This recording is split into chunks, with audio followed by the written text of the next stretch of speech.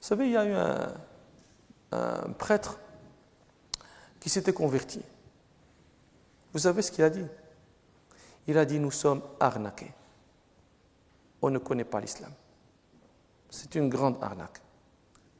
Je pense qu'il suffit de connaître l'islam pour que nous nous convertissions. C'est tellement fluide, ça coule de source, c'est tellement logique. Il ne comprend pas pourquoi l'Occident n'est pas musulman.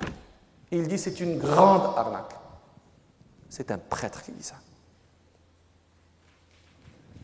Et c'est vous les arnaqueurs. Vous ne faites rien. Vous ne faites rien.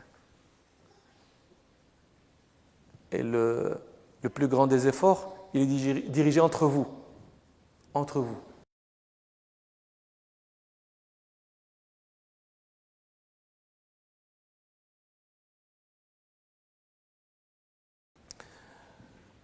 Allah subhanahu wa ta'ala a dit قُلْ يَا أَيُّهَا النَّاسِ dit aux gens إِنِّي رَسُولُ اللَّهِ إِلَيْكُمْ جَمِيعًا je suis le messager d'Allah subhanahu wa ta'ala pour vous tous.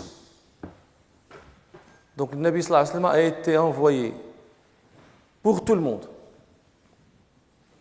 Mais il a été écrit que ceux à qui était envoyé le Nabi sallallahu alayhi wa sallam ne répondraient pas tous favorablement à l'envoi de Nabi sallallahu alayhi wa sallam. Donc il resterait toujours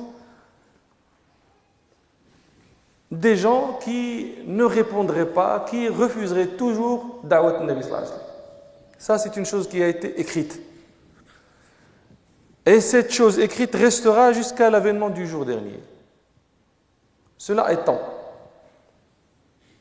comment celui qui a répondu favorablement à l'appel de Nabi sallallahu alayhi wa sallam devrait se comporter avec celui qui n'a pas répondu favorablement? Et ils vivent sur cette terre et ils sont obligés d'y vivre ensemble. Ce discours, bien sûr, s'adresse aux musulmans parce que les autres, c'est soit la loi, soit... Mais les musulmans, ils ont une loi divine. Cette loi divine, nous voudrions bien savoir ce qu'il dit à propos de ça. C'est quoi les bases de ce comportement? La première base, parmi les bases dont j'ai voulu parler, c'est les appeler à Allah subhanahu wa ta'ala. Mais il y a une compréhension qui est répandue chez les musulmans. C'est que cet appel à Allah subhanahu wa ta'ala est réservé aux du'at, est réservé aux érudits, aux savants. Et ceci est une erreur notoire. C'est vrai que l'appel à la voix d'Allah subhanahu wa ta'ala, déjà c'est la profession des prophètes, du prophète sallallahu alayhi wa sallam. Et puis le Nabi sallallahu alayhi wa sallam a ordonné à certains de ses compagnons d'appeler à Allah subhanahu wa ta'ala. Et puis le Nabi sallallahu alayhi wa sallam a laissé un appel général à toute personne qui sait une chose, qu'il a sait correctement, de la faire parvenir aux autres. Donc ce n'est pas une chose qui est limitée à X ou à Y, mais c'est une chose qui est générale aux musulmans. Alors j'ai dit que comment faire cet appel? Il faut répandre la parole de Allah subhanahu wa ta'ala et s'en aller. Il ne faut pas s'attarder sur ce qui se passe après le fait de répandre la parole. Ne t'attarde pas au fait, non, il a accepté, il a refusé. Ça, ce n'est pas de ton ressort, tu ne te feras pas blâmer pour ça. Ce qui revient à toi, c'est le fait de faire cet appel. C'est le fait de faire parvenir la parole d'Allah subhanahu wa ta'ala aux gens. Ça, c'est ton devoir. Après, eux, ils ont refusé, ils ont dit, non, moi, je te dégage. Là, ça...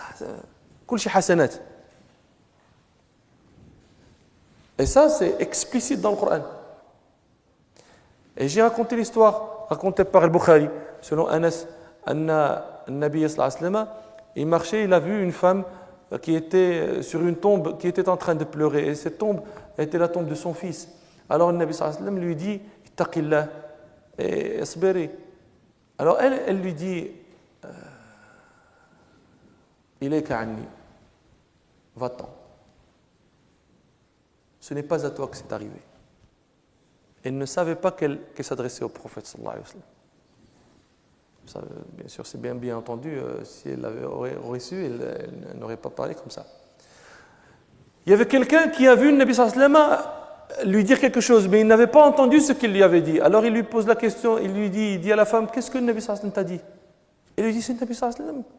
C'est lui qui va parler. Donc dans sa tristesse, dans sa hada, elle n'a même pas reconnu la voix. Et il lui dit, oui, Wallahi, c'est le Nabi sallallahu alayhi wa sallam. Et il lui dit, Wallahi, je ne l'ai pas reconnu. Et puis elle s'en va chez le Nabi sallallahu alayhi wa sallam. Et il lui a dit, Ya Rasulallah, je ne t'ai pas reconnu. Alors le Nabi sallallahu alayhi wa sallam lui dit, Innama sabr, donc la patience. Là, le sabr, la patience. C'est l'endurance. Sabr, dans des circonstances, tu peux dire pour sabr la patience, mais pas là. Tu endures, tu reçois le coup, tu endures. Tu n'es pas patient. Ça n'a rien à voir maintenant ici, la patience. C'est clair, je crois. Alors l'endurance, le fait d'endurer le choc, c'est quand le choc t'arrive la première fois. Tu sais, Allah al-afiya jami'an, quand quelqu'un reçoit la mauvaise nouvelle, c'est une chaleur qui s'enflamme à l'intérieur de lui. Alors c'est là où il faut montrer le sabr, l'endurance. Bon, c'est là où il y a beaucoup de ajr. Donc le Nabi sallallahu alayhi wa sallam, pourquoi moi je raconte l'histoire? Parce que le Nabi sallallahu alayhi wa sallam, quand il lui a dit Taqillah wasbiri, et qu'elle a répondu en disant ce que vous avez entendu, il n'a rien répliqué, il n'a rien dit. Et il s'en est allé. C'est ça ce qu'on dit. Tu donnes la parole et puis tu t'en vas. Il accepte, il n'accepte pas, ça c'est une autre chose et ça ne te revient pas, ça ne t'incombe pas. Nous avons des versets dans notre livre qui ne s'adressent pas à nous mais qui s'adressent à vous. Jamais vous ne dites ça. Pourquoi? Vous n'êtes pas les gens du livre. Vous. Et pourtant, le Coran, il y a beaucoup de versets dans lesquels il y a « Ô gens du livre ». Et eux, ils ne lisent pas le Coran. Ils ne le lisent pas. Ils ne savent pas qu'il y a des versets qui s'adressent à eux. Et vous qui savez, vous ne leur dites pas. Comment vous faites si Allah subhanahu wa ta'ala vous demande pourquoi vous n'avez pas transmis, regarde les appels, regarde les versets, uniquement ces versets. Ô les gens du livre, ô gens du livre, regarde les versets. Et vous avez la chose qui peut rendre heureux tout le monde. En premier vous-même. Mais vous ne faites rien. Vous ne faites rien. Je ne comprends pas la chose. Ça me dépasse. Je ne comprends pas la logique de la chose. Pourquoi vous ne faites rien? Pourquoi? Au moins ça. Tu prends les versets à nous, dans une page, tu remets. Ah, salut Claude. Tu sais que, bon, il y a dans notre livre, c'est une responsabilité. Après, tu fais ce que tu veux. Tu brûles, tu jettes. Bon, ça. C'est pour ça que je te dis, tu fais ça en français uniquement, pour que le Coran en lui-même ne soit pas souillé, etc. Mais tu fais, tu transmets. Alors la deuxième base, c'est le fait d'être équitable. النبي الله تعالى يقول يا أيها الذين آمنوا كونوا قوامين لله. ما عرفت كيف نترجم لكم هذه.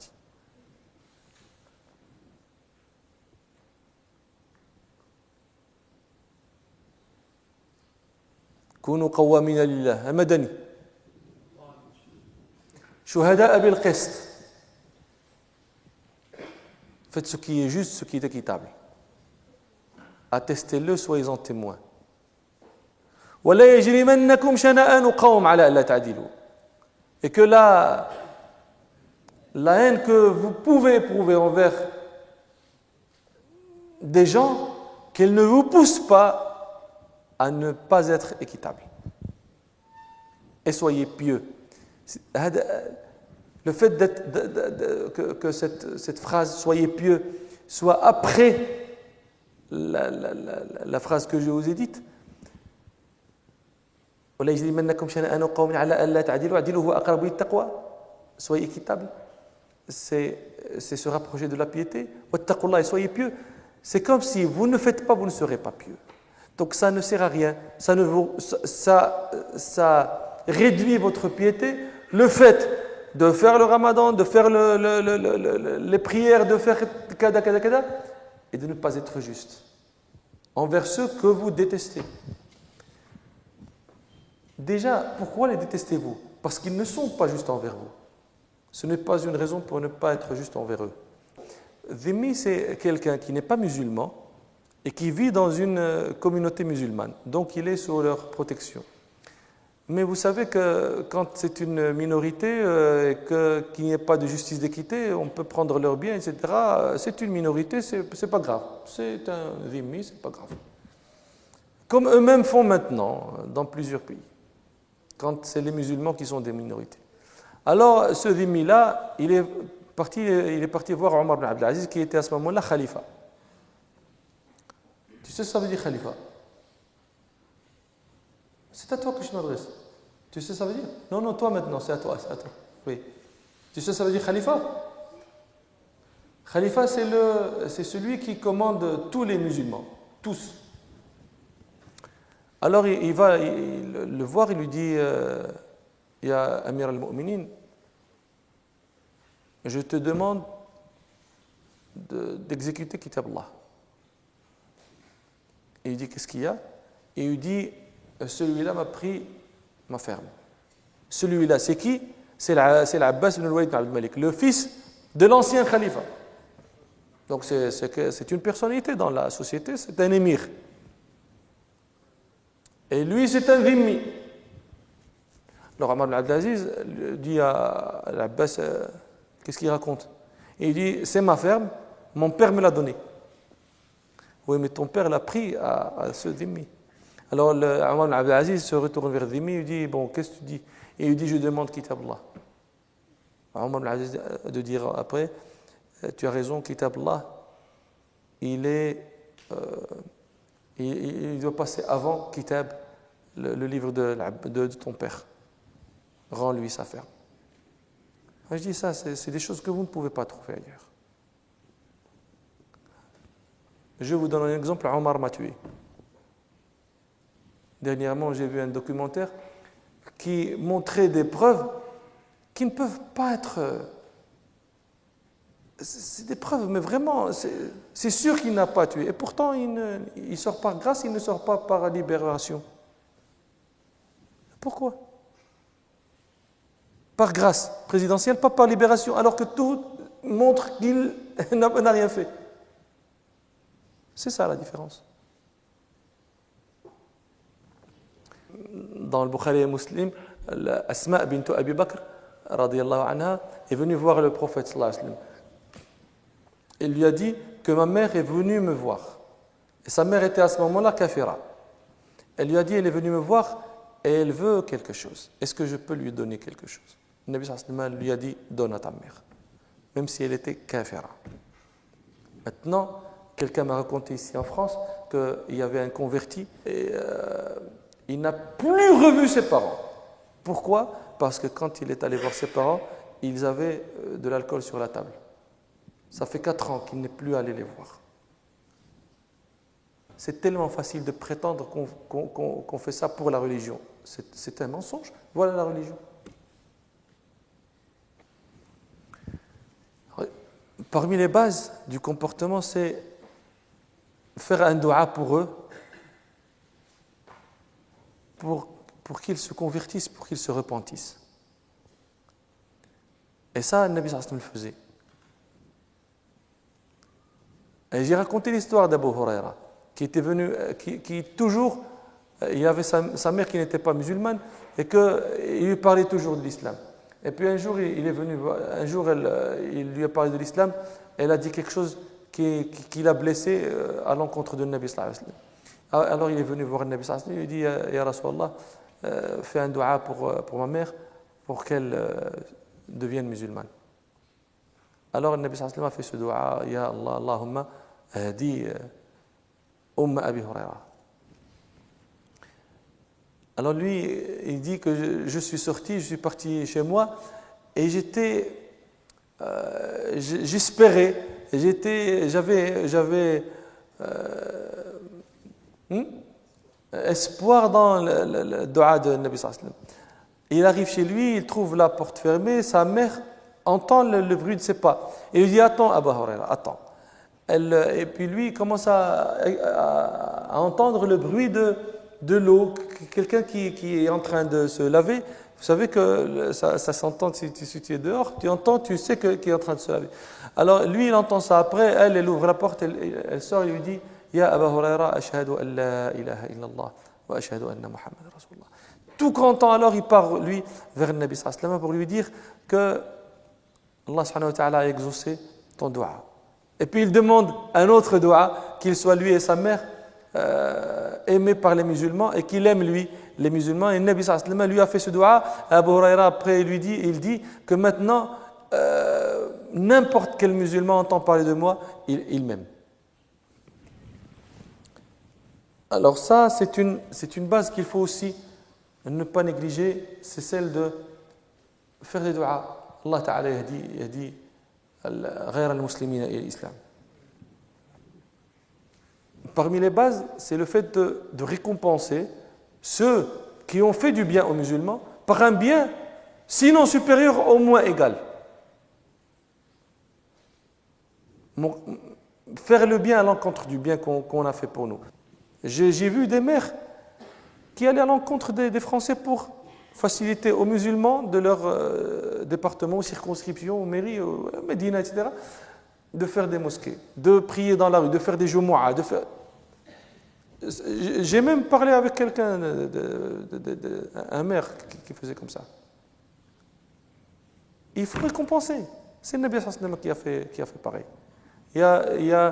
J'ai dit que dans le Bukhari, il y avait le Nabi sallallahu alayhi wa sallam qui avait dit, après la bataille de Badr, et qu'il y a eu les prisonniers, etc., ils étaient tués, etc. Le Nabi sallallahu alayhi wa sallam, là, les prisonniers de Badr, certains ont été tués, mais les prisonniers ont été relâchés. Après, bien sûr, que le Nabi sallallahu alayhi wa sallam ait demandé l'avis de Abu Bakr, et après, il avait demandé l'avis de Omar, et l'histoire, elle est connue. Le Nabi sallallahu alayhi wa sallam, qu'est-ce qu'il a dit? Il a dit, si le Mut'im ibn Adi était encore en vie et avait pistonné ceci, il m'avait parlé de... Le Nabi sallallahu alayhi wa sallam a utilisé le mot de ses natna. Il se sentait mauvais. Ici, il m'avait parlé d'eux. S'il avait parlé en leur faveur, je les aurais donnés pour lui. Je les aurais laissés partir pour lui. En ce moment, ce Mut'im ibn Adi était mort. Il était mort, il n'était même pas musulman, il était mort kafiran. Mais pourquoi le Nabi sallallahu alayhi wa sallam disait ça? Parce qu'il y avait eu quelque chose de bien qu'avait fait ce Mut'im ibn Adi envers le Nabi sallallahu alayhi wa sallam, que le Nabi sallallahu alayhi wa sallam n'avait pas oublié et que le Nabi sallallahu alayhi wa sallam avait voulu faire la même chose, sinon mieux, pour ce Mut'im ibn Adi. C'est pour ça qu'on dit qu'il ne faut pas laisser les bienfaits faits pour vous sans récompense.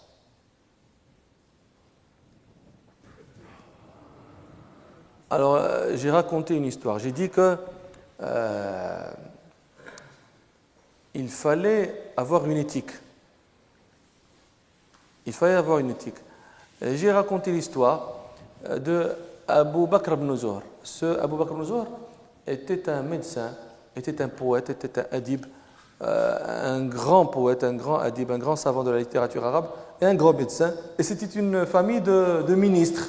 Lui-même il était ministre, son père était ministre avant lui, etc. Donc c'est une lignée de personnalité dans le savoir et dans la société. Alors il raconte une histoire. Il dit qu'il était encore jeune et il était en train de transcrire un livre que nous connaissons. C'est un livre qui s'appelle Al-Aghani. C'est un livre de littérature arabe dans lequel il y a des versets, des histoires de adab, etc. Et c'est un livre maintenant qui, quand il a été imprimé, il était imprimé en plus de 22 volumes. Chaque volume, il est gros comme ça. Donc lui était en train de transcrire et il n'avait pas deux manuscrits. Vous savez que quand on est en train de transcrire un manuscrit, il faut au moins, c'est très mal conseillé que de se limiter à un seul manuscrit, parce qu'il peut y avoir des erreurs sur ce manuscrit, et si tu ne compares pas avec un autre, tu ne sais pas ce que c'est que l'erreur. Et lui, il dit que je n'avais pas d'autres manuscrits pour comparer. Alors, il avait ordonné à celui qui écrivait d'écrire, et puis on cogne à la porte, on frappe à la porte, il sort pour voir. En sortant, il prend avec lui quelques feuilles de ce qui était écrit. Alors, il ouvre la porte, quelqu'un qui, bon, son aspect, son habit, ne montre pas qu'il est quelqu'un, bon, c'est quelqu'un quelconque, c'est quelqu'un quelconque. Et alors ce quelqu'un, il dit, est-ce que le ministre est là? Alors le garçon là, il est surpris. Quelqu'un comme toi, il ne demande pas le ministre, encore moins frapper chez lui. Donc il dit, non, ben, il dort. Il dort. Et effectivement, il dormait, donc on ne réveille pas le ministre pour quelqu'un comme toi, bon. Alors, le monsieur, là, il remarque que le garçon avait des papiers dans sa main. Il écrit quelque chose. Il lui dit, qu'est-ce que tu écris? Alors, le garçon, il est de plus en plus surpris. C'est quoi ton... Tu demandes pourquoi? Sa main, c'est... Ton aspect ne montre pas que tu es quelqu'un qui est quelqu'un de la littérature. Donc, bon. Alors, l'autre insiste. Non, dis-moi. Il dit, j'écris... Kitab, le livre de l'Aghani. Il dit, où est-ce que tu es arrivé? Tu n'as pas de manuscrit? Il dit non. Il dit, où est-ce que tu es arrivé? Alors lui, de surprise en surprise, de plus en plus surpris, comment ça, où est-ce que je suis? Parce que si je te dis où est-ce que j'en suis arrivé, tu saurais où est-ce que j'en suis arrivé. Il dit, juste dis-moi. Il dit, je suis arrivé à tel endroit. À l'autre, il dit, tu as écrit ça. Il commence à réciter ce que l'autre écrivait. Alors, bon, là, il y a tu savez, c'est comme des fusibles qui sont en train d'éclater. C'est ce qui s'est passé dans la tête de l'enfant. Qu'est-ce que ça veut dire? Tu es en train de me réciter une chose que je suis en train d'écrire. C'est un livre très très volumineux. Et il dit, alors là, quand le monsieur là, il a fait la chose à dit, l'autre il court vers son père et lui dit, il y a quelqu'un qui est comme ça, kada, kada, kada. Et il a commencé à réciter le livre. Le père, qui est le ministre, il fonce en courant et il ne prend même pas le temps de mettre quelque chose dans ses pieds, il va pieds nus jusqu'à la porte, jusqu'au dehors, quitte à ce qu'on dise que regardez le ministre avec les habits avec lesquels il dort et il est pieds nus. C'est une situation... Et pourtant, il ne veut pas faire attendre plus qu'il a attendu le monsieur. Et il était en train de tirer les oreilles à l'enfant, de lui tirer les cheveux, parce qu'il était très en colère. Pourquoi tu l'as fait attendre? Pourquoi tu ne m'as pas dit qu'on m'a demandé? Alors, ce Abdelmajid ibn Abdoun, qui était ce grand littéraire, il a vu comment le père s'acharnait sur le fils. Il lui dit, bon, il ne m'a pas reconnu. Donc, c'est pas grave. Il lui dit, bon, mettons qu'il ne t'a pas reconnu. Pourquoi il n'a pas été poli? Il a manqué de politesse, pourquoi? Parce qu'on n'est pas poli seulement avec qui on connaît. On est poli toujours avec les personnes qu'on connaît et qu'on ne connaît pas. Donc il n'a pas d'excuse à avoir été impoli. Parce que lui il donnait des excuses. Il ne m'a pas reconnu. Oui, il ne t'a pas reconnu, d'accord. Mais il a été impoli. Il n'a pas à l'être. Wallahu a'lam, alhamdulillahi rabbil alamin.